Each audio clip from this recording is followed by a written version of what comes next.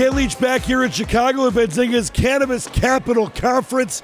Great to be here. Great to be with my man, Nicholas Ranella, the CEO of Hippos, LLC. Good to see you. Dan, thanks for having me. It's great to... Now, really quick, I want you to show everyone the socks.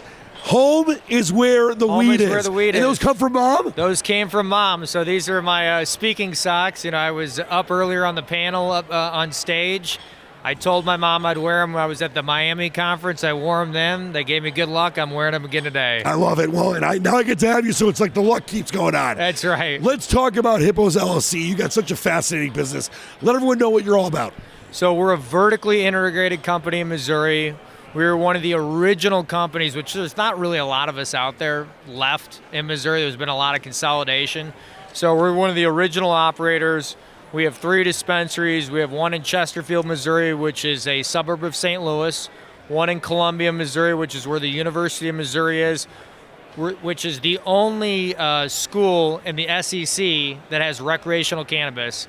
So if you're an Alabama fan, a Georgia fan, whatever, you're coming to watch your team in Columbia, you come to Hippos, grab some weed, and you can do whatever you want with it. I'm not telling you to put it in your bag, but if that's what you do, that's what you do.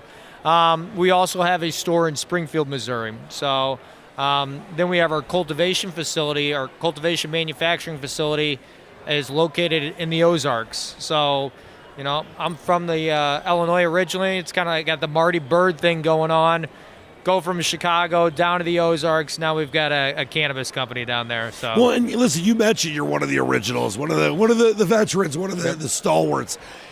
To see where things have come, and I know you were very instrumental being behind some regulation in Missouri, I'm sure that it means a lot to you to have been someone that has been along on this whole journey. Yeah, it's been it's been an experience. You know, you start off with medical, and it doesn't really matter if you're in Missouri or you're in Illinois, you're in California, you're in Colorado. Like, the medical business is a tough business, and you know, everybody thinks you're printing money. You're just asking for more money because nobody's making money in medical. You're just trying to get through to it. And that's the great thing about recreational is it brings more people underneath the tent. You got a lot of people who are nervous about getting medical marijuana cards. Doesn't mean they don't have needs where they should have access to cannabis. And so when that medical market opened up, or when the recreational market opened up, it gave all these people additional access, and then companies start making money, and they can get more innovative and offer more products and fresher products because you're churning through your inventory quicker. As you mentioned, I was on the drafting committee when we were first putting together the architecture for the recreation bill. And when we did that, you know, when I first got on board, the taxes we were talking earlier, the taxes were at 15%. I got them down to 10%. We had another meeting, and they were like, Nick, no more. Like, we're not going any lower.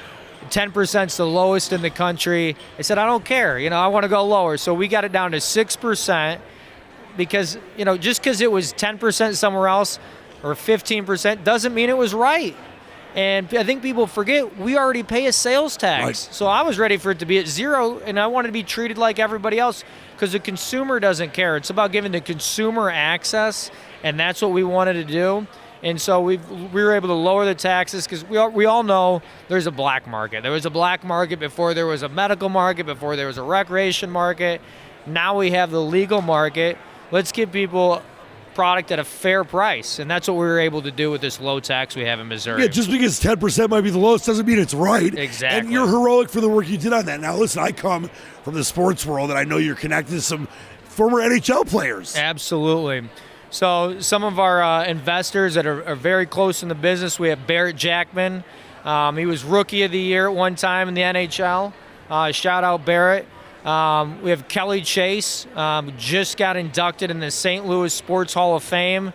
I was doing some stats on him. I think he was in like 400 fights in the NHL. So don't mess with Kelly. Okay, that's one thing I can tell everybody. Don't mess with Chaser. And then Brett Hall. Hall, a legend. You know, one of the top leading goal scorers of all time in the NHL. In fact, when I first got with this group, I'm out with Kelly Chase. We go to the Blues game afterwards. We go to a bar restaurant, and the great one shows up, Wayne Gretzky. And so we're chopping it up, and Wayne Gretzky says, everybody's talking, and they're sharing stories, and Wayne Gretzky says that Brett Hull was the greatest natural goal scorer of all time. And if the great one says it, then it's true, right? So, yeah, we got some pretty cool guys a part of our group. And the reason that they got into the cannabis space, Kelly was having issues with brain lesions. You get in 400 fights, that's a lot of damage. And so he had a lot of things that he had dealt with, and they were looking for some alternative solutions, and they found that cannabis helped. And so they wanted other people to have access. So they're not just investors, they're believers, and they're big proponents of the industry and of cannabis itself. Yeah, and I think that Nicholas, it's such an important thing, and I've talked about this a lot in recent years, is that there's a lot of misconception in the industry. And like you mentioned, I know people that cannabis has saved their life, and there's so many stories. You talked about, obviously, Kelly and the issues he had. I feel like that's such an important message to get out there, because the more that those stories get out there, the more that people realize how important this is. Absolutely. I mean, I'd be, I should say myself, like, cannabis, I feel like, saved my life. And I say that I had Lyme disease at one point in my life, and to the point where I was in a wheelchair. For me to get to, if I was in an airport, I had to get in a wheelchair. I couldn't walk a half a block. And cannabis didn't cure me. I think some people come and they think, like, well, is cannabis the silver bullet for what you had? Like, no, it wasn't. But when I was going through treatment, they were trying, all the doctors were trying to give me all these narcotics, different barbiturates, nerve blockers, all things that had terrible side effects. And I was able to use cannabis, and I was able to function at a high level the next day, so I could get high. Because when you're in a lot of pain or you're not feeling good, catching a buzz isn't such a bad thing. It helps your mental state. So for that matter, like, cannabis, I feel like really, truly did save my life. And I think for a lot of people, people laugh at it as like, oh, is it just medicine? I'm like, have you ever taken a narcotic? Because you get high off of that, and you're trying to escape the pain, which people need that too. I'm not saying narcotics aren't something that people need. What I am saying is that there's a lot of benefits to cannabis, and sometimes it's getting high when you're, knocking on death's door, and that's how it helped me. Yeah, it's beautifully said, and it's an important thing to people need to understand that. Well, obviously, a lot of exciting things going on for you guys right now at Hippos LLC. How do you see 25 and the next few years going for you? We're excited to see, kind of how things are unfolding. I always say the cannabis industry, we operate in dog years.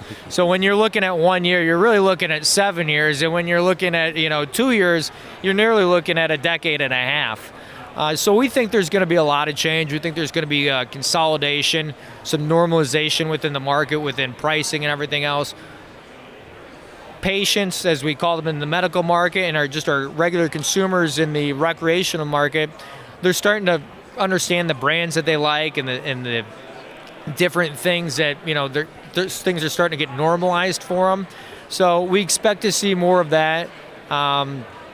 Just a lot of excitement. The one thing in cannabis, the one constant is change. So I can guarantee there'll be change. I just can't always guarantee what that change will be. Yeah, but as long as there's change, it keeps us all excited. Absolutely. Nicholas Riddell, the CEO of Hippos LLC, an honor and pleasure to talk to you, and to really exciting things ahead for you. Absolutely. Thank you for having me. My pleasure.